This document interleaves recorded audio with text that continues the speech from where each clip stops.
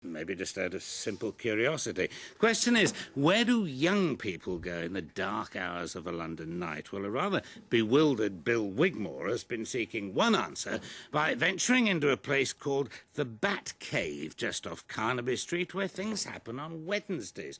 Very curious. To the Batcave.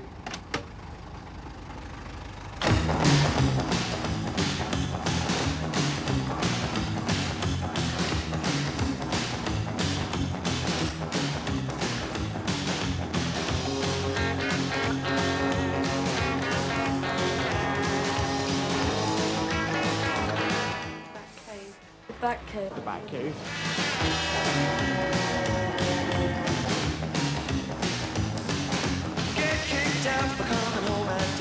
Julia and Louise are both 19.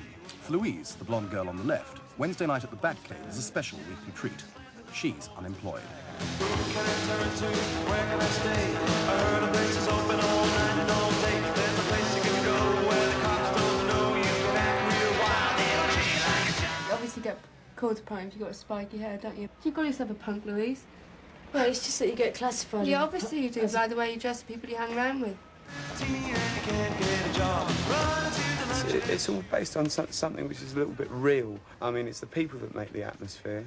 You know, it's not suck your cheeks in and pose in the corner. It's very friendly, and it's basically about fun, and it's about having your tongue firmly in your cheek, you know, and being able to laugh at the realities of the day-to-day existence.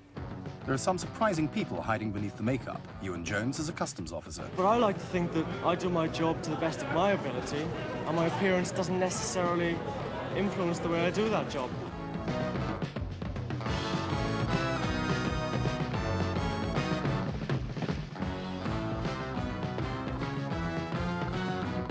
My parents have always had high hopes of me going to college and university and all that sort of thing.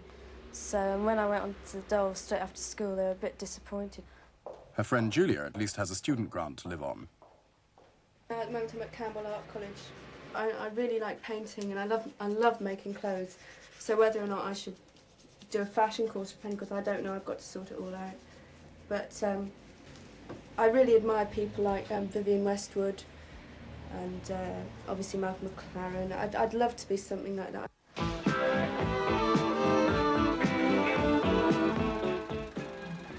Oh, I do have a good-looking bloke. So many. Yeah. It looks stupid walking down the street with some sort of bank clerk. See, we don't operate any sort of door policy because, I mean, how do you anyway? How do you say that one's right, that one's wrong, that one's right, that one's wrong, just purely because of the way they look? It's the best place in London to go to, that's for a start. Most original. It's got the most style. Style is always important because it helps people identify. A lot of guys wear makeup. I haven't seen anybody who wears makeup exactly the same as me. We love dressing up, we love makeup, You know, we love because clothes. we've been doing it for so many years, you know, it's just hard to go out looking like death warmed up, you know. I could not go to a club with no, well, that's what it's all about, makeup, dressing up, hair, isn't it, clubs? The Batcave certainly is. Well, this is a pair of tights. This is another pair of tights. This is my Kiss Kiss Bang Bang belt. This is lipsticks instead of silver bullets. This is part of our stage set. This is African stuff, but I don't really want to talk about clothes. But as Julia says, clothes and fantasy is exactly what the Batcave is all about.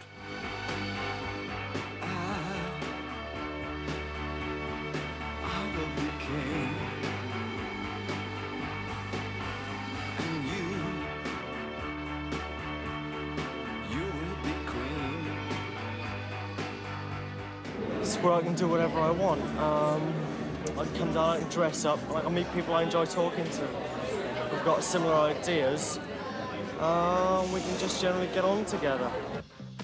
So for one evening a week, the dull uniformity of life on the dole behind a bank clerk's window or among one of the office filing cabinets can be forgotten in a make-believe world that even Walter Mitty would envy. The whole extravaganza doesn't start till 11 at night, and at £3 to get in and 70 pence a can of lager. It's a dream world that comes quite cheap. If, that is, you have the youth or the nerve to put on a little style. You get yourself a drink and you get all your friends, they come up and talk to you, and it goes from there really. You go and have a dance or you go and buy I didn't go and do yourselves up in a box or something like that. Yeah, it's always packed out. Yeah.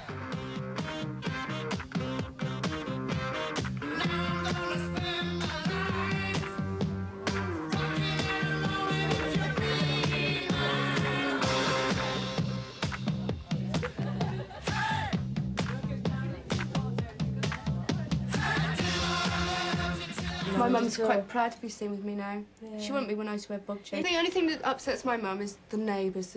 Yeah, that's The it. neighbours, you know. Yeah. They're just, oh, what colour's their hair, you know, this week and all that. For nothing will keep us together. We could still die just for one day. How long does it take you to talk up to come here? 5 hours. Your father's a miner. What does he think about having a son who gets made up of panstick and lipstick and whatever? Well, it isn't panstick, because I can't get hold of the colour I like. In fact, it's number 7 foundation. But my father doesn't mind because he thinks he'd like his son to be happy, and if his son's happy doing this, then that's fine by him. That's him, right in the middle of the 3. There you go. Hey, Dad, right back, careful. The first time he comes home, I don't recognise him, you know, and yeah, I was repulsed by it. He'd been up in London about a fortnight, and he came home one day with his hair blonde and makeup all over his face, and he took one step in front of the door. So I caught him by the throat, and I said, if you ever come home to us a bull, leave your makeup in London where you can wear it, but down here you just don't do that sort of thing. The youngsters up there, you know, you live in a different type of world than we do. Simple as that.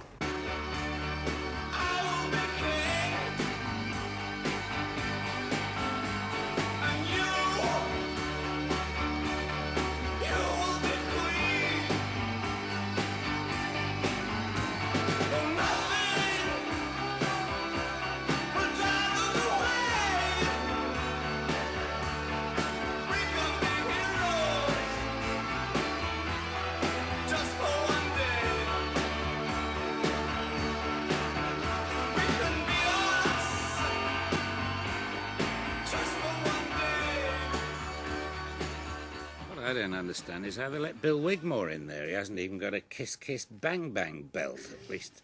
Don't think he has. Good night.